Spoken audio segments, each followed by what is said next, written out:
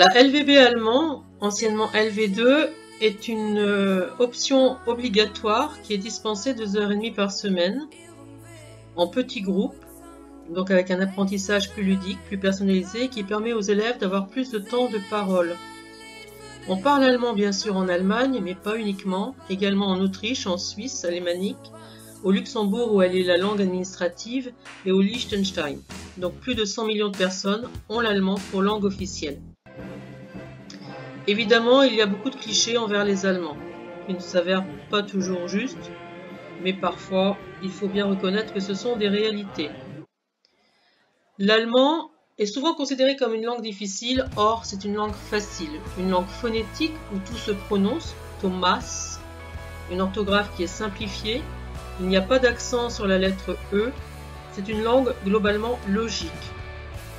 La communication est rapide, les mots dits transparents se reconnaissent soit de façon écrite, soit à l'oral, tomate, banane, Eis, qui est construite de nombreux mots composés, Tomatensalat, Elektroauto ou encore Volkswagen.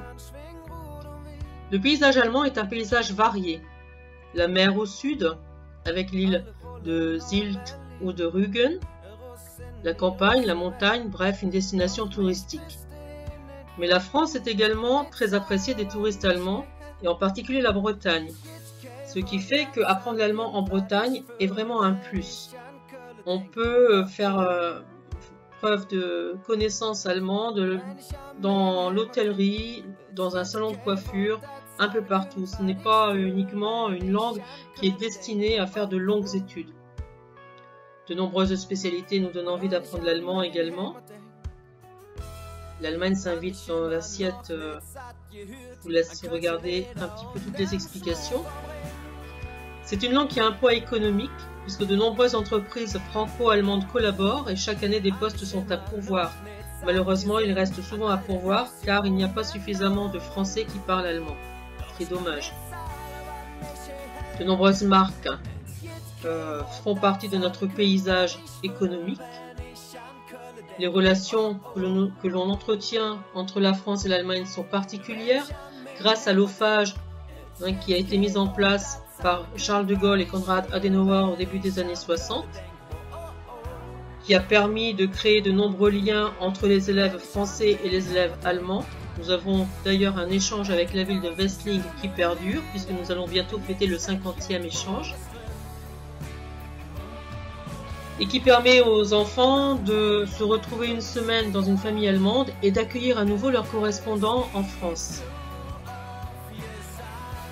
Je vous propose un petit jeu avec plusieurs photos de personnages, de personnalités que vous connaissez plus ou moins.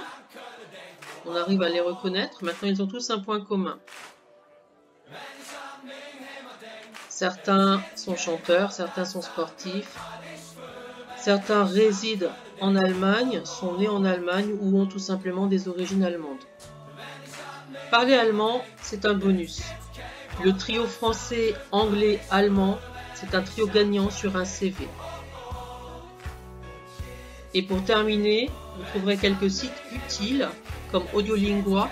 En choisissant le niveau A1, ça vous permettra d'écouter un petit peu la mélodie de la langue allemande qu'on considère trop souvent comme une langue qui n'est pas jolie, alors que finalement on s'aperçoit que c'est très agréable d'écouter l'allemand quand il est bien parlé, évidemment, et pas comme quand il est caricaturé dans les films de guerre. Faites le bon choix, faites un choix pour vous, et pas pour rester avec vos amis. C'est un choix que vous allez devoir assumer souvent jusqu'à la terminale. Donc prenez le temps de la réflexion, et si vous avez des questions, je reste bien sûr disponible. Tchuss!